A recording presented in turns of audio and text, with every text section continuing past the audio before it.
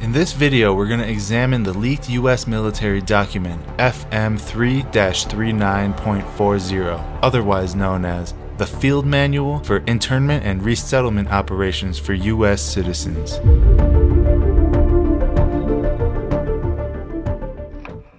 The official U.S. military documents we are about to see were highly classified until 2013 when they were leaked to the public. In fact, if you look at the bottom of the cover page, you'll see just how secret this document was intended to be. Destruction notice. Destroy by any method that will prevent disclosure of content or reconstruction of the document. By this statement alone, it's obvious that we were never supposed to see what's inside. And that being said, let's take a look inside and see what we can find. Now, this document is 326 pages long, and we definitely don't have time to look at every single page. So I'll just go over some of the most relevant content. Feel free to read this document for yourself. There's a link to the full document in the description below. Alright, so keep in mind that this document was not just written for overseas operations. It clearly outlines internment operations on U.S. soil and with U.S. citizens. On page 38, quote, support to civil support operations. Civil support is the DoD support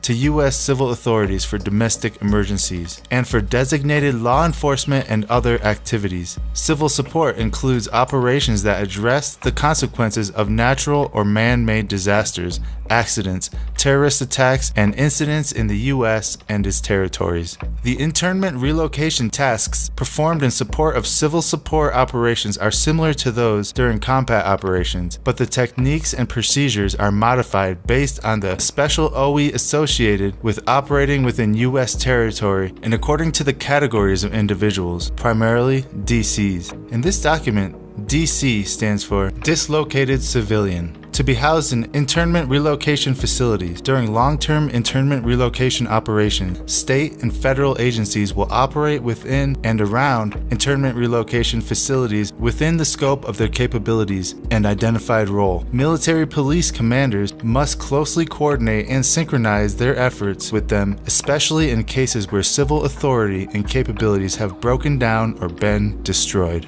Not only that, on page 146, it details the identification procedures of new prisoners, and that includes taking their social security numbers. Quote, Identification 716. Individual identification photographs are taken of all prisoners. The prisoner's last name, first name, and middle initial are placed on the first line of a name board, and the prisoner's social security number is placed on the second line. A prisoner registration number may be added on the third line. 2 front and 2 profile pictures are taken of the prisoner. Fingerprints are obtained according to AR 190-47. Now that we've established that these operations were not only designed for overseas, but also designed for U.S. citizens on U.S. soil, would it surprise you to see that the United Nations is also involved in this? Page 23. Agencies concerned with internment and resettlement. External government involvement in IR missions, and IR means internment and resettlement, is a fact of life for military police organizations. Some government and government-sponsored entities that may be involved in IR missions include international agencies, the United Nations, International Committee of the Red Cross, International Organization of Migration, U.S. agencies, local U.S. Embassy, Department of Homeland Security, Immigration and Customs Enforcement,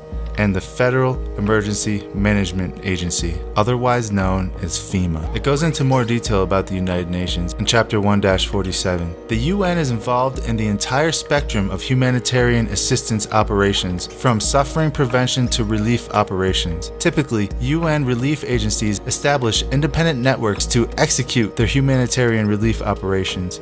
The UN system delegates as much as possible to the agency's elements located in the field.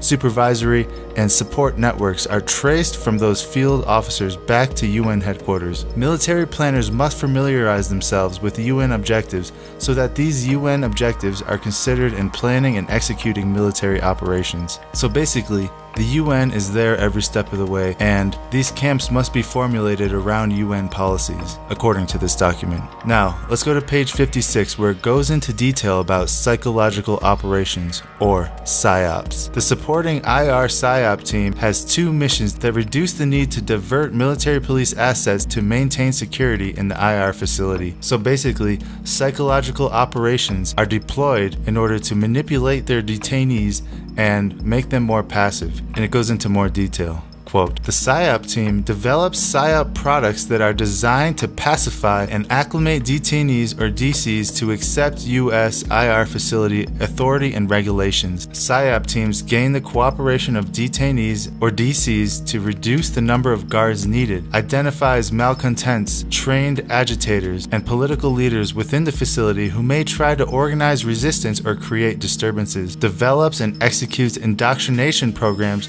to reduce or remove antagonistic attitudes. Did you catch that? Develops and executes indoctrination programs to reduce or remove antagonistic attitudes, otherwise known as brainwashing. Now, let's move on to page 84, where it talks about medical support.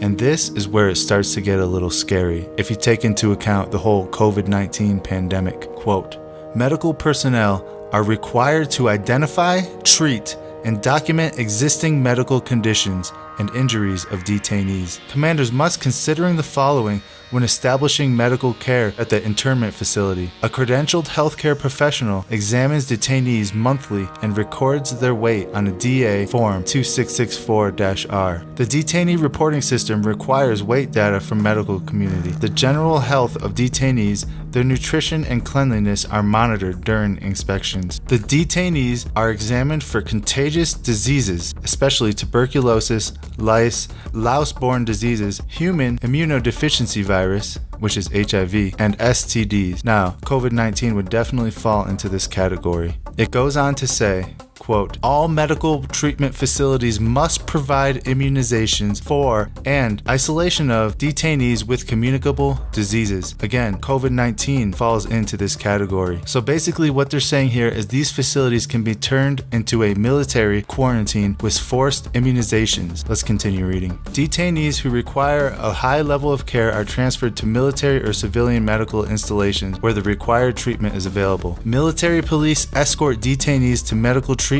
facilities and remain with them until medical examinations are complete. So if you're really sick, they might send you to a hospital. However, you will have military police escorting you there and back. Alright, let's continue on. On page 115, it describes the serial number given to each detainee.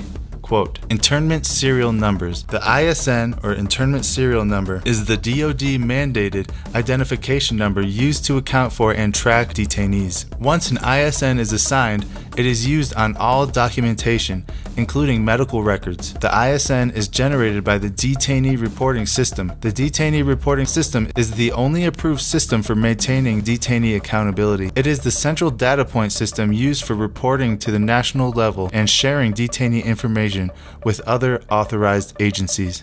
Here is a nice diagram showing what the ISN is comprised of. Now, some people might say that these camps are friendly in nature and will be used as some sort of humanitarian camp to help people in need. Well, if it's a humanitarian camp, why would they need to use deadly force on people who try to escape? Page 238, quote, Level 5, deadly force, used as a last resort, when all lesser means have failed or would be impractical.